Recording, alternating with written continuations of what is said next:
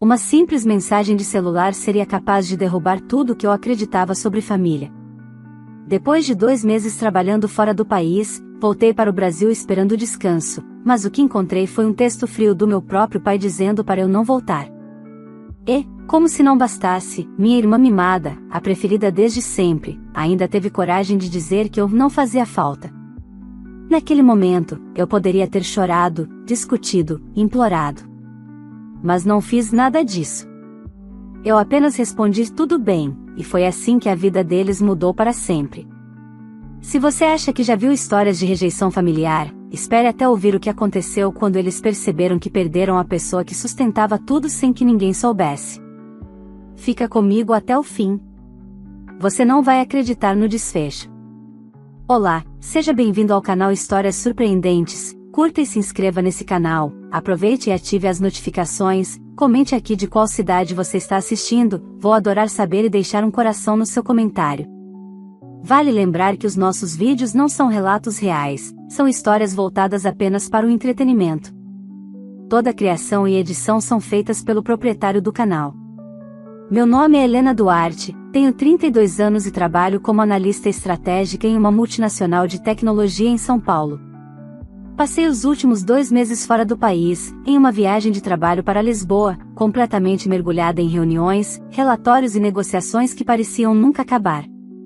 Ir para o exterior sempre havia sido um sonho meu, mas confesso que, dessa vez, embarquei com outra intenção: fugir por um tempo da sensação constante de ser a peça descartável da minha própria família. Enquanto eu via colegas de trabalho sendo recebidos com festas quando retornavam de viagens importantes, eu já sabia que, para mim, não haveria sequer um bem-vinda de volta. Ao contrário, meus pais sempre deixaram claro, de maneiras sutis e outras nem tanto, que a estrela da casa era minha irmã caçula, Isadora, a menina mimada que crescerá ouvindo que tudo nela era especial, enquanto eu servia como apoio silencioso para as conquistas dela. Mas mesmo com essa dinâmica desequilibrada, eu jamais imaginei que minha família seria capaz de cruzar uma linha tão cruel.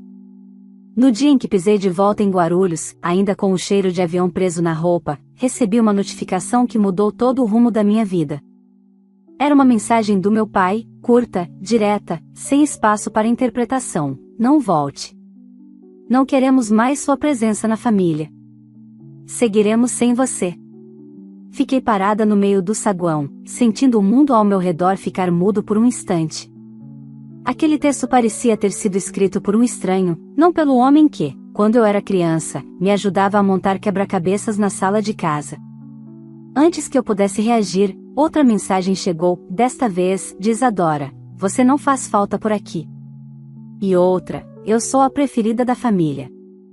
Li as 2 mensagens diversas vezes. Não chorei. Não liguei. Não questionei. Apenas respondi: tudo bem.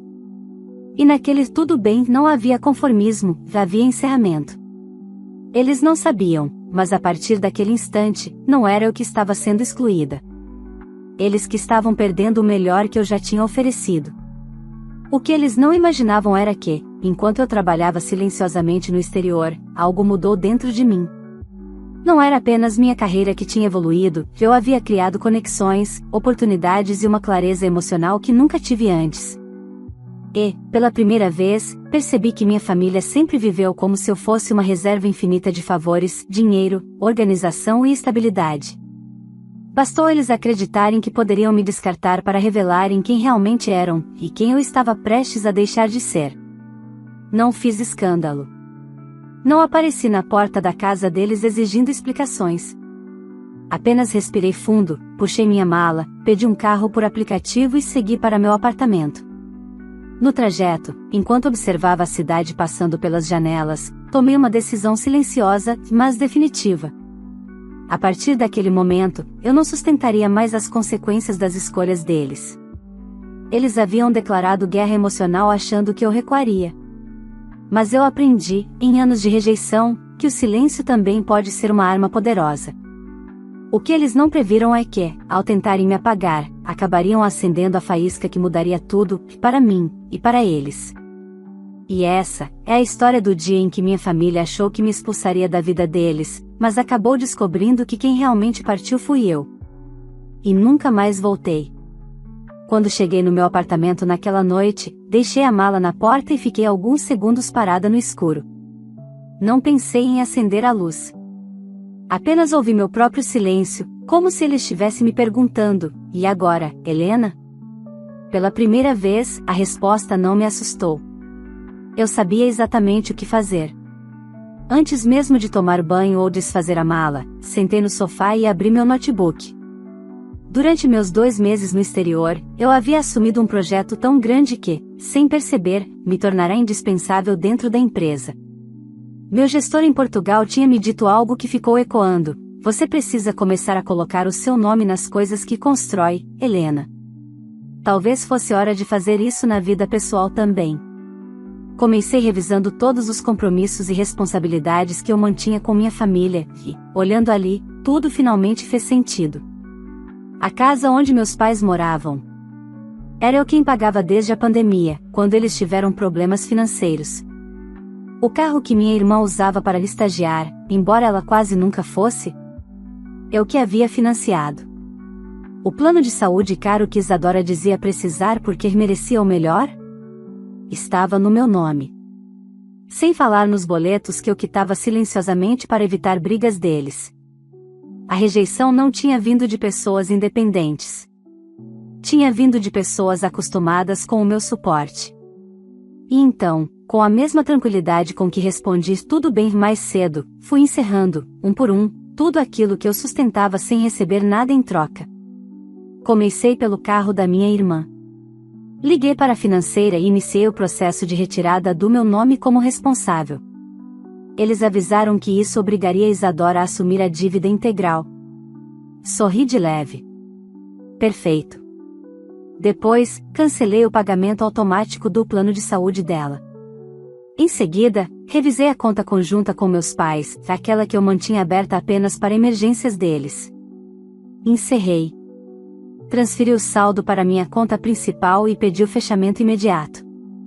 Quando finalizei tudo, senti um peso saindo dos meus ombros, como se finalmente estivesse respirando depois de anos com o peito apertado. No dia seguinte, no escritório, tentei agir normalmente. Mas claro, nada fica realmente silencioso quando alguém mexe nas estruturas que os outros tomavam por garantidas. Por volta das 10 horas, meu celular vibrou incessantemente. As notificações apareciam em sequência. "Pai, o que você fez com a conta conjunta?" "O banco disse que você encerrou." "Mãe, Helena, sua irmã está desesperada. O carro tá bloqueado para uso." Logo depois veio a mensagem que eu sabia que viria: "Isadora, você é ridícula." Eu falei aquilo brincando. "Agora olha o caos que você causou. Desbloqueia o carro agora." Eu li tudo com a serenidade de quem finalmente tinha virado a própria página. Não respondi. Não precisava. À hora do almoço, fui chamada na sala da diretora do setor, Patrícia, uma mulher inteligente e observadora. Assim que entrei, ela me olhou com um tipo de preocupação profissional que não pesava, apenas informava. "Está tudo bem em casa?" Ela perguntou. Pela primeira vez em anos, respondi a verdade: não. Mas pela primeira vez, isso não me destrói. Só me liberta. Ela sorriu. "Helena, você voltou diferente. Mais firme. Isso é bom. Temos novos projetos chegando, e você é uma das pessoas que quero liderando equipes. Mas você precisa estar inteira." "Eu estou me reconstruindo", respondi. Quando saí da sala, senti que, pela primeira vez, alguém realmente via meu valor, algo que minha família jamais tentou enxergar. À noite, recebi a única ligação que eu não esperava: minha tia Sônia, irmã do meu pai, uma das poucas pessoas da família que sempre me tratou com respeito. "Helena, filha, o que houve?" Ela perguntou com delicadeza. "Seu pai está falando que você enlouqueceu, que cortou tudo por impulso." Respirei fundo. "Tia, eles me expulsaram. Literalmente. Mandaram mensagem dizendo para eu não voltar. Ele disse que foi mal interpretado, não fui eu quem escreveu 'não volte'." Houve um longo silêncio do outro lado. Eu sabia que tinha algo errado, ela disse, a voz triste. Sua mãe está falando pela cidade que você surtou no exterior. E que Isadora está devastada porque você cancelou o carro dela. Eu fechei a janela, olhando a cidade lá embaixo.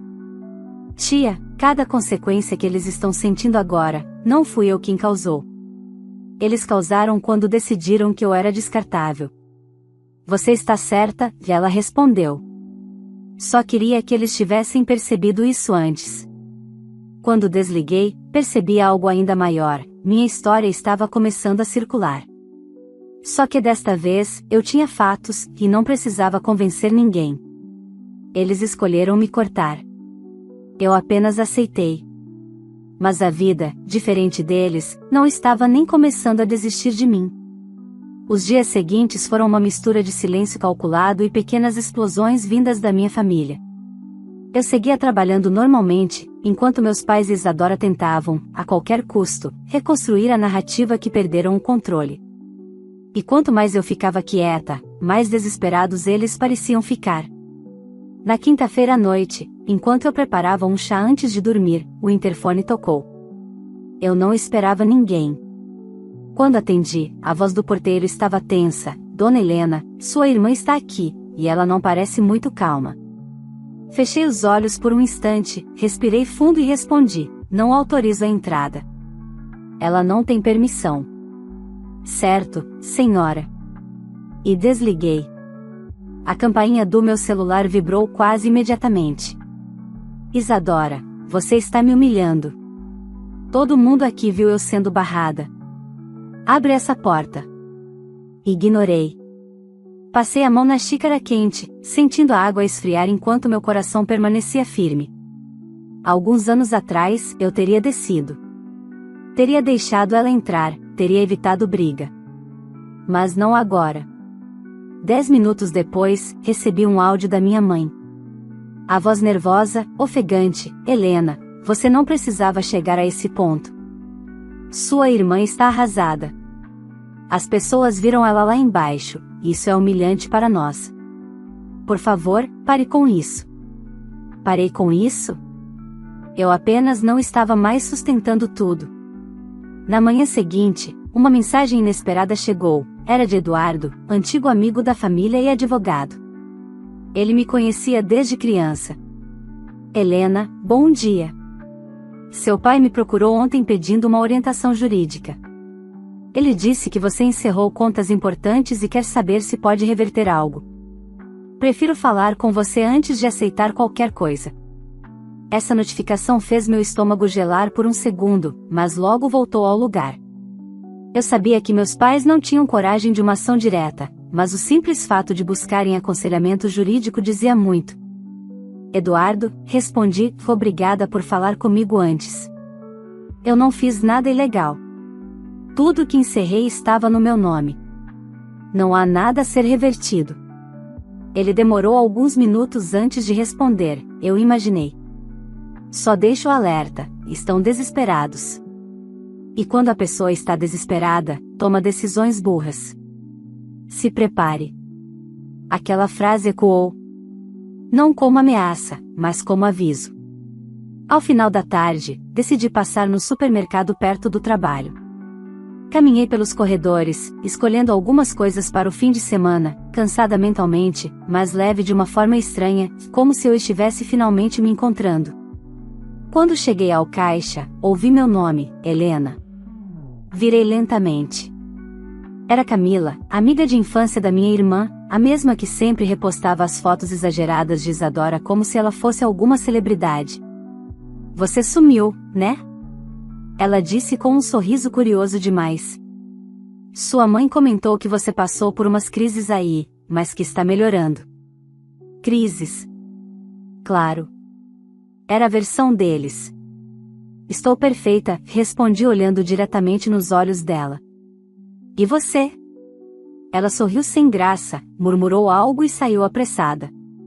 No entanto, meus instintos estavam certos, minha família tinha criado uma narrativa. E essa narrativa estava se espalhando. Quando cheguei em casa, meu apartamento parecia mais silencioso que o normal, como se estivesse aguardando que eu desse o próximo passo. E eu daria, mas não por vingança impensada. Apenas por coerência. Por limites. Sentei no sofá, abri meu notebook e comecei a escrever um documento que eu deveria ter feito anos atrás, meu próprio planejamento de independência familiar. Não era sobre cortar relações. Era sobre impedir acessos. Encerrar dependências. Bloquear tudo aquilo que eles usavam como corda para me puxar sempre que lhes era conveniente. Enquanto revisava meus arquivos, encontrei algo que havia esquecido, um contrato de investimento que eu tinha feito em nome dos meus pais antes da pandemia, um fundo privado cujo rendimento mensal ajudava a pagar algumas contas básicas deles. Nada absurdo, mas o suficiente para manter a estabilidade que tanto ostentavam. Eles nem lembravam que esse dinheiro existia, ou talvez nunca entenderam de onde vinha. Eu havia deixado automático, por comodidade, por carinho, ou talvez por medo do que aconteceria se eu parasse de sustentar tudo. Naquela noite, parei a automação. Não encerrei o investimento, apenas desvinculei meu CPF como responsável pelos depósitos. O fundo seguiria existindo, só não teria mais dinheiro novo entrando todos os meses. Enquanto fazia isso, uma calma estranha me dominou. Eu não estava destruindo nada. Eu estava simplesmente devolvendo a vida deles para as mãos deles mesmos. A notificação que chegou de madrugada confirmou que meu movimento começava a surtir efeito. Pai, precisamos conversar. Urgente. Não estou gostando dos caminhos que você está tomando. Caminhos. Como se eu tivesse escolhido algo. A escolha havia sido deles. Olhei a mensagem por alguns segundos e então bloqueei o número. Não porque eu estava com raiva. Mas porque eu estava finalmente em paz. A partir daquele momento, eles não tinham mais acesso ao meu financeiro, ao meu tempo, às minhas decisões e muito menos à minha culpa. Mas o preço dessa liberdade ainda estava só começando a ser cobrado. No sábado de manhã, acordei com a sensação de que alguém estava observando minha janela. Era apenas o sol batendo, mas aquela impressão não saiu da minha cabeça. Nos últimos dias, eu tinha bloqueado números, cancelado autorizações e fechado portas que por anos permaneceram escancaradas. Então, claro, meu corpo reagia como se eu estivesse entrando em território desconhecido, e estava. Fiz café, liguei uma playlist tranquila e tentei focar em lavar a roupa acumulada da viagem. Porém, pouco antes do meio-dia, o porteiro me ligou novamente. Dona Helena, seus pais estão aqui. Meu coração não acelerou. Não tremeu. Só, parou por um segundo, como se quisesse confirmar que havia entendido direito. Não autorizo a entrada, respondi com calma. Mas diga que agradeço a preocupação. Ele hesitou, provavelmente imaginando o climão lá embaixo. Tem certeza, Dona Helena? Eles estão insistindo. Sim. Tenho. Obrigada. Desliguei. Logo depois, meu celular começou a vibrar no modo silencioso, uma mensagem atrás da outra. Mãe, Helena, precisamos conversar pessoalmente. Não está certo o que você está fazendo. Pai, saia daí e desça. É conversa de família. Não vamos ficar aqui passando vergonha. Passando vergonha. Claramente, o desconforto deles era maior do que qualquer preocupação comigo. Eles não estavam arrependidos, apenas irritados com a perda de controle. No entanto, o que me atingiu não foi raiva. Foi clareza. Eu finalmente enxergava meus pais como adultos imperfeitos, não como autoridades absolutas. Sentei no sofá e ignorei o celular. Se eu quebrasse meu silêncio agora, estaria reforçando exatamente aquela dinâmica que sempre me sufocou, a de correr ao menor sinal de fraqueza deles. Não mais. À tarde, saí para almoçar sozinha. Escolhi um restaurante pequeno, com mesas de madeira e cheiro de comida caseira.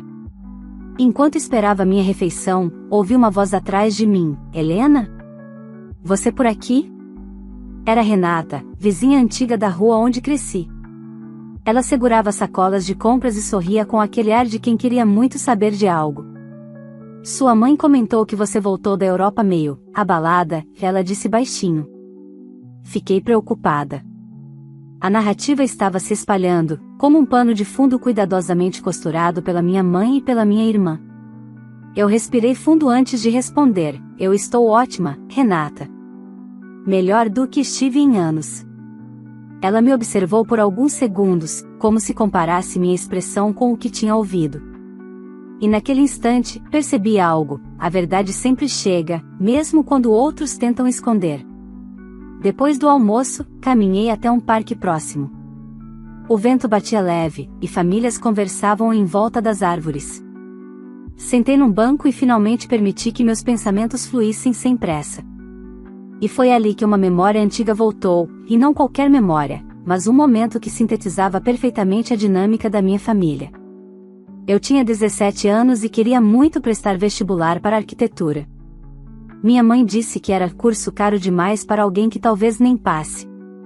Já Isadora, 3 anos mais nova, ganhou um curso de fotografia de presente no mesmo mês, só porque ela precisava se expressar artisticamente. Eu engoli o choro, estudei sozinha e entrei numa universidade pública. Eles nunca foram a nenhuma apresentação minha. Mas compareceram em peso na exposição de fotografias da Isadora, onde ela colocou até as fotos tremidas dizendo que era proposta conceitual. As pessoas riram, acharam fofo. Eu apenas observei. Naquele banco do parque, percebi que essa sempre fora a história da minha vida. Eu construía, Isadora exibia. Eu resolvia, meus pais aplaudiam ela. Eu sustentava, eles exaltavam ela. E finalmente, eu tinha parado de sustentar. No fim da tarde, decidi caminhar de volta até meu prédio. Mas, ao virar a esquina da rua onde moro, vi um carro conhecido estacionado ali, o sedã prata do meu pai. Eles estavam encostados na porta, como se esperassem que eu surgisse de algum lugar. E quando me viram, levantaram a mão de imediato, não para acenar, mas para ordenar. Helena. Meu pai chamou. Precisamos falar com você. Eu parei a poucos metros de distância. Não me aproximei. Pai, eu já ouvi vocês. Vocês mandaram eu não voltar. Eu apenas obedeci. Minha mãe deu um passo à frente, aflita. Falei aquilo no momento ruim. Você sabe como família briga. Vocês não brigaram, respondi. Vocês me expulsaram. Tem diferença. Meu pai se irritou. Você está levando isso longe demais, Helena. Está prejudicando todos nós. O carro da sua irmã, a conta do banco, o investimento, nada disso era obrigação minha, interrompi. Eu apenas devolvi para vocês a responsabilidade que sempre deveria ter sido de vocês. Houve silêncio. Pesado. Inconfortável. Isadora não estava ali, talvez porque não queria encarar a própria criação. Minha mãe tentou outra abordagem. Você cresceu. Conseguiu um bom emprego. Estamos orgulhosos, mas isso não significa que pode virar as costas para a família. Eu sorri, não de alegria, mas de uma lucidez fria. Vocês viraram primeiro. Meu pai passou a mão no rosto, exausto, como quem tenta conter a frustração. Helena, você precisa parar com isso. As pessoas estão comentando. Estão fazendo perguntas. Estamos ficando mal falados. E aí eu entendi, o problema nunca foi eu.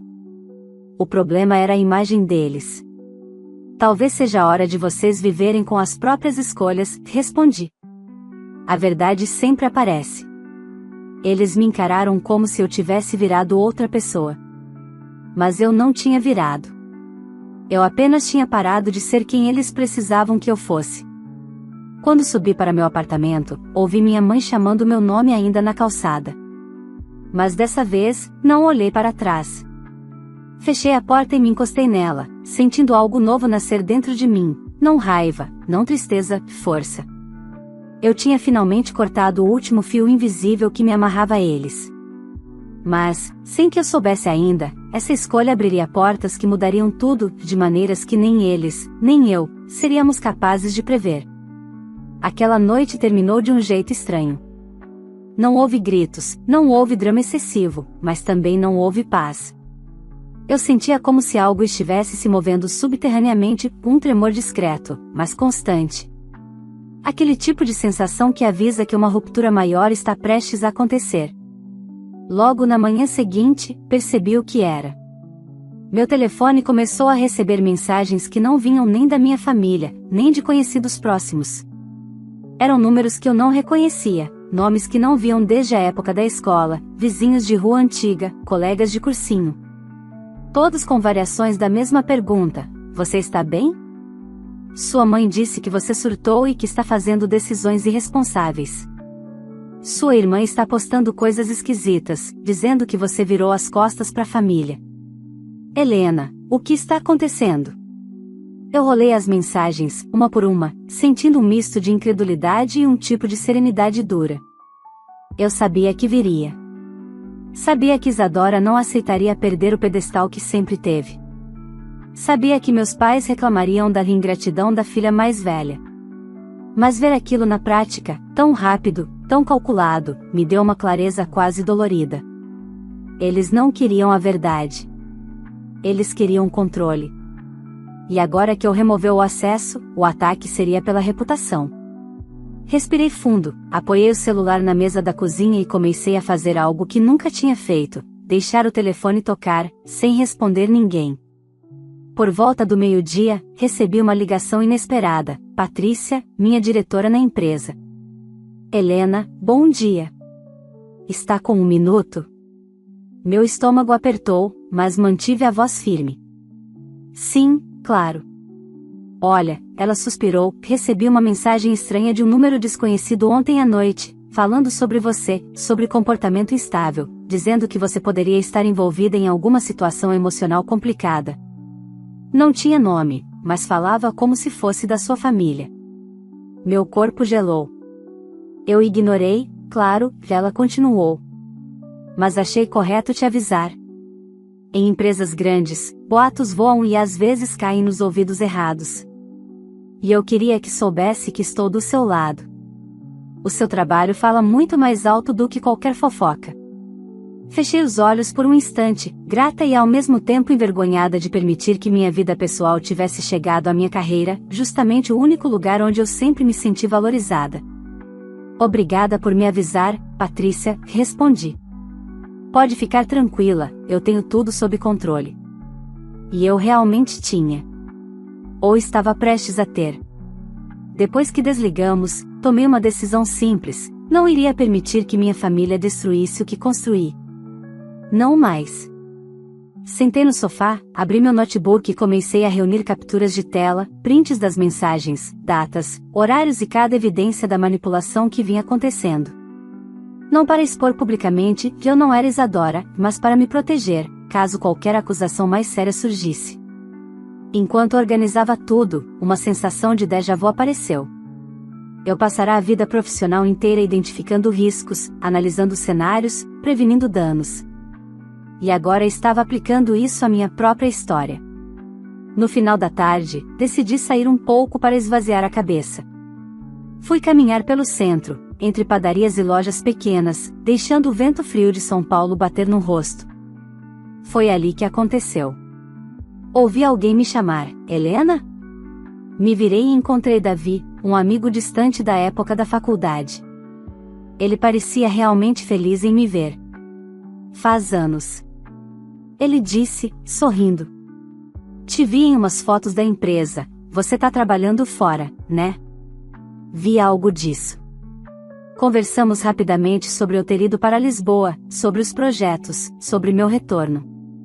Mas, como sempre, os boatos tinham chegado antes. Eu também ouvi umas coisas estranhas sobre você, ele disse com cuidado. Sobre sua família. Sobre você ter tido um colapso emocional. Não estava entendendo nada. Eu soltei uma risada curta, quase irônica. A única coisa que colapsou foi a fantasia deles, respondi. Mas obrigada por perguntar. Ele concordou, compreensivo. Se precisar de algo, estou por aqui. Sério. Você sempre foi a mais sensata da turma. E foi embora. Continuei andando com calma, mas por dentro, uma chama começou a se acender. Não de vingança. De fim. Eu estava cansada. Cansada de carregar culpas que não eram minhas. Cansada de sustentar versões que não me pertenciam. Cansada de ser interpretada por quem nunca se deu ao trabalho de me entender. Quando voltei para casa, vi que Isadora tinha mandado novas mensagens. Você está destruindo a família, Helena. Seja madura pela primeira vez. Não acredito que você está nos expondo desse jeito. Sorri. Expondo? Eu não tinha dito nada a ninguém. Quem se expôs foram eles. Então, chegou a última mensagem. Se você quer guerra, você vai ter guerra. Não me assustou, me confirmou algo. Eles não estavam tentando me recuperar. Eles estavam tentando me recuperar como ferramenta, não como filha. E pela primeira vez em 32 anos, eu percebi que não precisava, nem queria, fazer parte disso. Aquela família não existia mais. E, no fundo, talvez nunca tivesse existido como eu imaginei. Mas o destino ainda tinha um último acerto de contas para colocar entre nós. E ele chegaria muito antes do que qualquer um de nós esperava. A semana seguinte começou com um silêncio estranho. Não havia mensagens, ligações, indiretas circulando pelas redes. Nem mesmo Isadora, que sempre vivia grudada no Instagram, havia postado algo novo. Era como se, de repente, todos tivessem desaparecido. Eu sabia que aquilo não era paz. Era o tipo de calmaria que antecede tempestades que já estão formadas, apenas esperando o momento certo para cair. Na quarta-feira de manhã, enquanto preparava um café antes de entrar em reunião, recebi uma chamada inesperada de vídeo da minha tia Sônia. Atendi achando que fosse algo simples, mas o rosto dela entregava que não era. Helena, ela começou, com a voz baixa, eu achei que você deveria saber antes de vir de outro lugar. Meu peito se apertou, mas permaneci firme. Saber o quê, tia? Ela respirou fundo, como se escolhesse as palavras. A situação financeira da sua família está muito pior do que eles deixaram transparecer. Aquilo não deveria me surpreender, mas ainda assim, doeu um pouco. Como assim pior? Perguntei. Seu pai, ele perdeu o emprego temporário que tinha arrumado. Sua mãe usou quase todo o dinheiro que tinha guardado para manter a casa funcionando. E a Isadora, ela fechou os olhos por um instante, acumulou dívidas altas que eles tentaram ocultar. Fiquei em silêncio, deixando cada palavra encontrar seu lugar dentro de mim. Eles sempre dependeram de você, Helena, minha tia continuou, só que agora não tem mais como esconder. Estão desesperados, mas muito envergonhados para admitir. E, ela olhou direto para mim, muito bravos porque, pela primeira vez, você não apareceu para salvar todo mundo. Senti um nó na garganta, mas não era tristeza, era uma constatação. Eles colhem agora as escolhas que fizeram, respondi com calma. Eu só deixei de carregar o peso deles. Minha tia concordou. Eu sei. Só, não queria que você fosse pega de surpresa se algo pior viesse. Agradeci e desliguei. Por alguns minutos, fiquei parada na cozinha, olhando o vapor subir da xícara. O que eu sentia não era culpa. Era um tipo de libertação amarga, porém necessária. À tarde, recebi uma notificação do banco.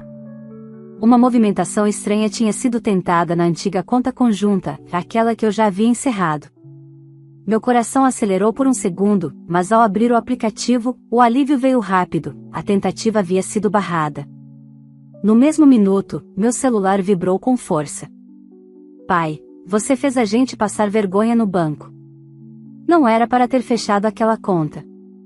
Agora não temos como pagar algumas coisas. Resolva isso. Resolva isso. Sempre essa frase. Sempre esse papel. Eu apaguei a mensagem sem responder. Na manhã seguinte, a diretora Patrícia me chamou novamente. Mas desta vez, seu tom era totalmente diferente, quase empolgado. Helena, tem uma novidade. A empresa quer te promover. Seu trabalho no exterior chamou a atenção da diretoria internacional. E ela sorriu, querem você liderando uma nova equipe em Lisboa, de forma permanente. Salário maior, auxílio moradia, bônus anual. É uma oportunidade rara. Fiquei em silêncio por alguns segundos, absorvendo tudo. A vida me oferecia uma porta tão grande que quase iluminava a sala inteira. Você aceita? Ela perguntou. Eu sorri, não de surpresa, mas de uma paz que eu não lembrava de sentir. Sim. Eu aceito. Saí da sala com o coração leve, como se tivesse deixado para trás o peso de uma década. No caminho para casa, percebi que Lisboa tinha sido o lugar onde tudo começou a mudar, e agora seria o lugar onde eu recomeçaria de vez. Mas antes de embarcar para a nova vida, ainda havia um último capítulo a fechar. Na noite anterior à minha viagem, deixei um envelope na caixa de correio dos meus pais. Não era mensagem emocional, nem pedido de reconciliação. Era apenas um documento simples, a transferência definitiva da responsabilidade deles sobre tudo que sempre foi deles. Uma carta curta acompanhava, da mesma forma que vocês escolheram seguir sem mim, estou seguindo sem vocês. Desejo que encontrem o próprio caminho, como eu encontrei o meu. Helena. Não havia raiva. Não havia mágoa explícita. Apenas fim. No dia do embarque, sentei perto da janela do avião, observando São Paulo diminuir lá embaixo. Pela primeira vez, a sensação não era de fuga, era de libertação. Minha família sempre achou que eu não voltaria porque estava perdida. A verdade era outra, eu não voltaria porque finalmente me encontrei. E nunca mais aceitaria ser tratada como reserva de ninguém. O passado ficou onde precisava ficar. E eu, pela primeira vez, também. Se você chegou até aqui, me conta uma coisa, o que você teria feito no lugar da Helena? Você teria cortado os laços depois de tudo que ela passou, ou tentaria perdoar a família? Quero muito saber sua opinião, porque cada história tem um impacto diferente em quem vive, e em quem escuta.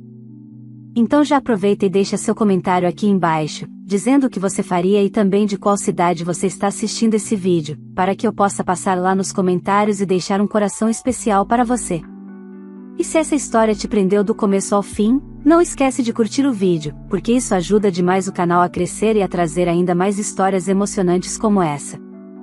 Também te convido a se inscrever no canal e ativar o sininho para não perder nenhum episódio das próximas histórias que estamos preparando com todo carinho. E claro, se você lembrou de alguém enquanto assistia, um amigo, amiga, familiar, compartilhe esse vídeo. Às vezes, uma história como essa abre os olhos de muita gente. Obrigado por estar aqui. Vale lembrar que os nossos vídeos não são relatos reais, são histórias voltadas apenas para o entretenimento. Toda a criação e edição são feitas pelo proprietário do canal.